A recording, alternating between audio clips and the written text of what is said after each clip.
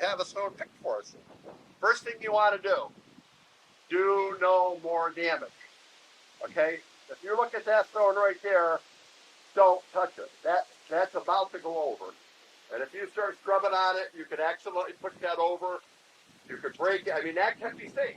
I mean, if we had a crew, and I would love to get together a crew of people who will put together the tripod, and men or women who want to go out there and take that apart, put it back together. There's all kinds of training videos on how to do that, but basically there's different pieces there. There's the bottom base, there's the finials, there's all these different parts there. You got to take it apart section by section, redo the base, put a proper base onto it, and rebuild it, and put it back together with epoxy. But our point today, do no more harm. So check it, see if it's got a wobble to it. I know a lot of them got cracks in them. Don't touch them. There's other ways there's other ways to read them if you're trying to make them readable. A real good way to read one that's kind of dirty is bring a mirror. I didn't bring it today. I didn't think about it, but you bring a mirror and you shine it on it, and it just brightens it up, and it's amazing what you can read on there. I take out a LED flashlight, hold up the flashlight, cast the shadows. You can make some of these old stones readable again. So anyway, do no harm. That's the first thing. Take photos. Most people have a cell phone. Take your camera out. If you're on Find a Grave, if you're on Billion Graves, document it. Document it before. You want to make sure that you want to have that kind of rewarding feeling you get from cleaning it, seeing it before and after. Because the process does take, it's today, we'll spray it with D2, and then it will be months afterwards. It'll look a lot different. It'll look a lot cleaner than it does today. So take photos, take before and after. And it might be easier if you're going to ask Cheryl to come over and take a picture of it before and after. Just let her know that you're doing it. She can come over and snap a picture, and that way you don't have it. She has them all in her computer files there. Wet. First thing, I'm just going to go through this and we'll go through real quick. Wet, wet, wet. Make it wet. You don't want to be scrubbing on it when it's dry. This is marble, and marble, the surfaces on them get real rough. There's marble, there's limestone, the older ones, there's sandstone sometimes. You can tell, I didn't see any sandstone ones in here. There's fieldstone, which are really old.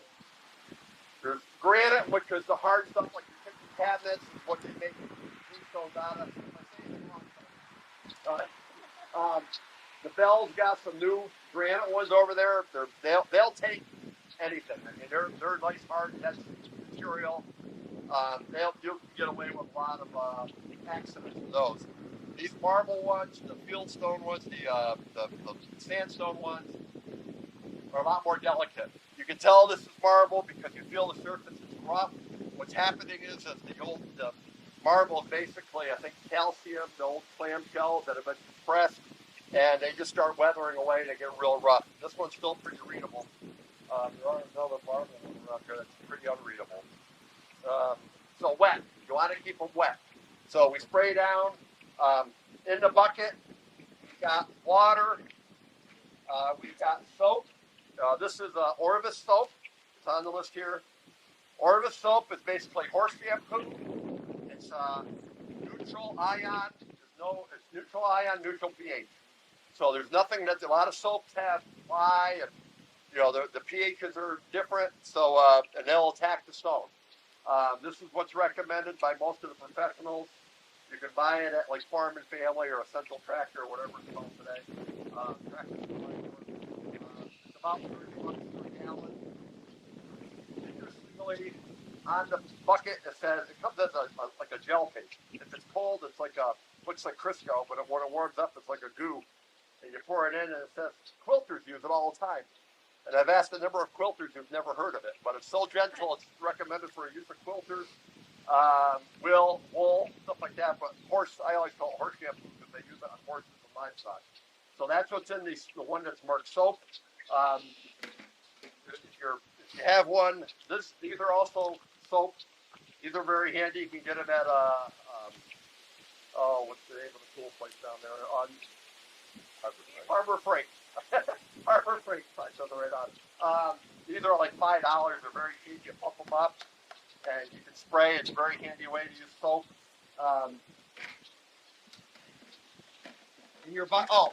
And if you're going to take this on, this is your best friend because it gives you some pressure. You don't want to use a pressure washer. You can get battery-powered pressure washers. No, you want to use something with a gentle spray.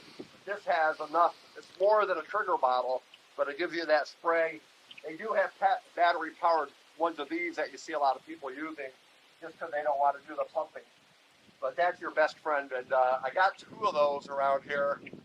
So if you're going to start one, you may want to just have somebody come over, and I'll be around. I think once I do this, I'll just float around and ask questions. But we can spray it down. It's also good for the final washing, or once you're got it all soaked up, you want to see where you are.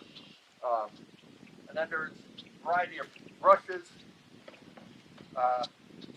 Just simple plastic scrapers, wood or plastic, no metal, nothing like that. These are cheap enough at Ace Hardware, a couple bucks for a whole pack of them. These brushes, these come in different stiffness of the bristles. This is a pretty soft one. I do have the harder one around. That's like $7. These are a little bit stiffer, but they're a little bit better for getting in between the cracks and everything. We get you all the way down to the toothbrush. If you really want to get into the detail, and if you really, really want to get picky, we have bamboo skewers. You can pick away at that all day long.